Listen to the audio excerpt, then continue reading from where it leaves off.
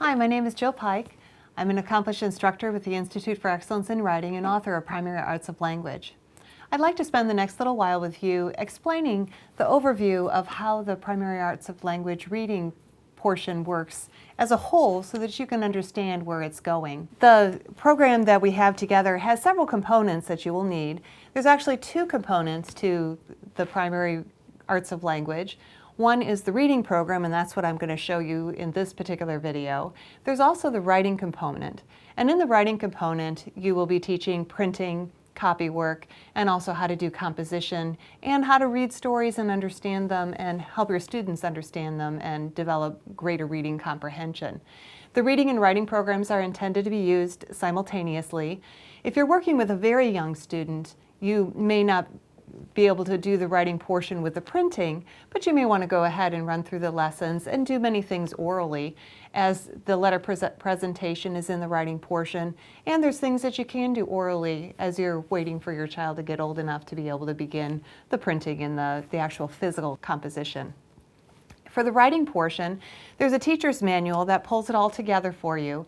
And what I did in the daily lessons for this teacher's manual was try to mentor you by providing very specific instruction, especially at the beginning, so that things are laid out incrementally for you. And also, as you teach different lessons, I threw in a few more little things each lesson and each week so that you can continue to grow in your ability to teach. There's also a couple other components.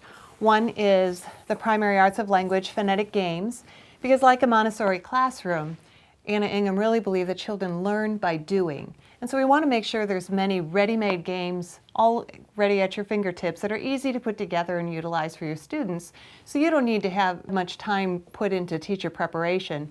You can spend your time with your student with the actual teaching. There's also the Phonetic Farm folder, and it comes with a set of stickers, and we'll talk about that a little bit later of how you utilize these particular programs in the Reading Arts of Language. There's 4 stages that you will go through in the Blended Sound Science program or Primary Arts of Language. The first stage is Foundations. That's about your first month of schooling, where you as a teacher is spending a lot of time with your student, teaching them the foundations that they need to know so that they can go ahead and be more directive in their own learning later on. So there isn't a lot of free movement right away in the foundation stage because they don't know anything yet. You need to be presenting things. The second stage after foundations is the activity time. And that's when the student can be more freely moving around the classroom, playing the games and doing the activities that you have prepared and that you have taught them how to use. And as they play these games, they can develop a great understanding of the different phonograms for reading. And when you find that they are able to play the games without any effort, they're reading their cards very well, they're beginning to pick up the words, then you can move them to the next stage, which is discovery. And in that stage, they can take a set of cards and they can work through them one by one, decoding and showing themselves and you that they can adequately decode and read words in preparation for stage 4, which is the library. So here in stage 1 in Foundations, it's a combination of creating games for them to play, showing them how to play them, as well as showing them whole words and what they say and how we can learn our phonograms as they appear in whole words. So if you look in the lessons under stage 1, the first 3 things that you're doing is creating some games. Another game that you can be creating right off the bat also is for the single letter sounds, and this is mugs. So I already had one of my daughters color the game pages. We have a little bowl for Muggs Bones, and we have Muggs the dog. And you can go ahead and set Muggs up on the table, and I've cut out the hole where his mouth was. The game cards are simply a bunch of bones that are blank, and what I can do is with a marker or crayon, I could color the lowercase letter sound. So I have the 3 letters we taught today, the ah, the k, and the ah. And we're going to go ahead and take those 3 bones and put them in the bowl. And I can teach my student how we could say the letter sound, that's k, and go ahead and feed that letter to Muggs. And the ah, and feed it to Muggs. And the ah, and feed it to Muggs. And when we teach the letter we may want to go ahead and show that that's in Muggs' name. He says Muggs. Again, teach them how to pick up their pieces and what you want them to do, whether it's going to go in an envelope or a Ziploc bag, and how that's kept in the game so it's all ready for the next time we play. The next section in your teacher's notes then moves on to working with the Phonetic Farm.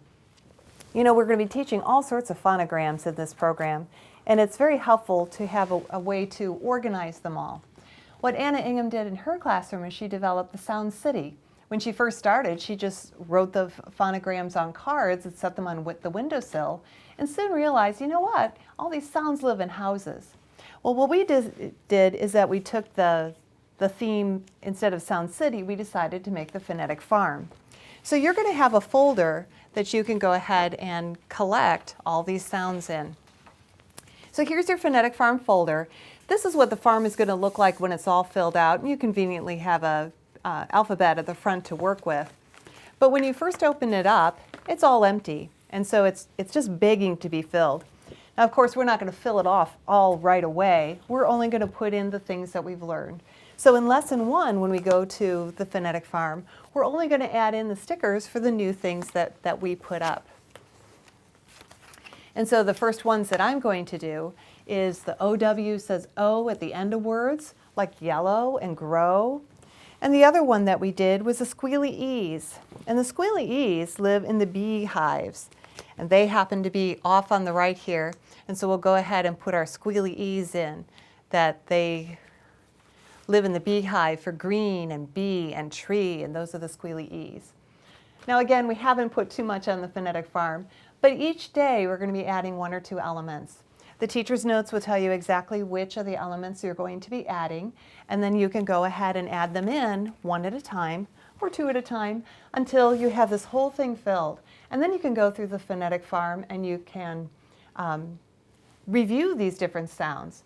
And your student can take some of his time during the day when you're not working with him and review the sounds all by himself. As you move along and as your student is playing these games and doing very well with them, you want to prepare for the day that they can move into discovery.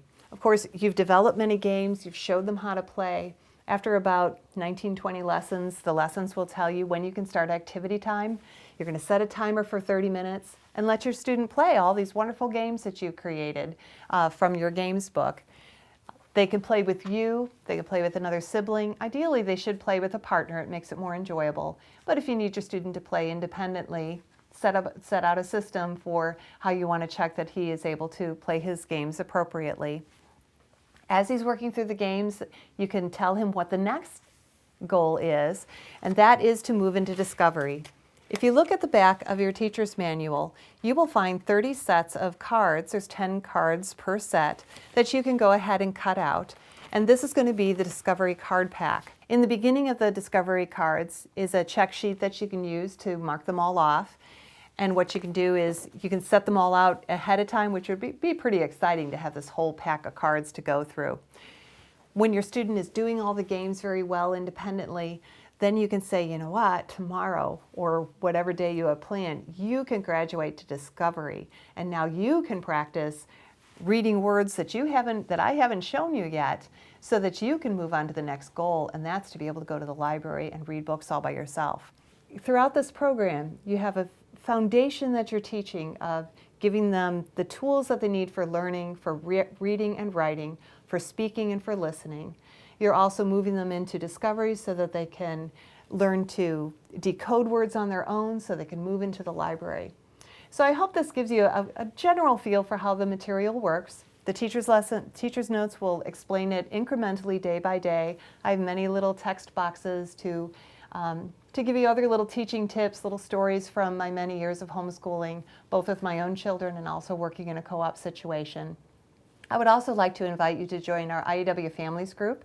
If you go to www.excellenceinwriting.com, which is the IEW website, if you click on support, you'll find our different e-groups. Iew Families is our main support group. Not only will you find other teachers who use this program to be able to talk to them, but you can also look in the files for other teaching helps that teachers have put together.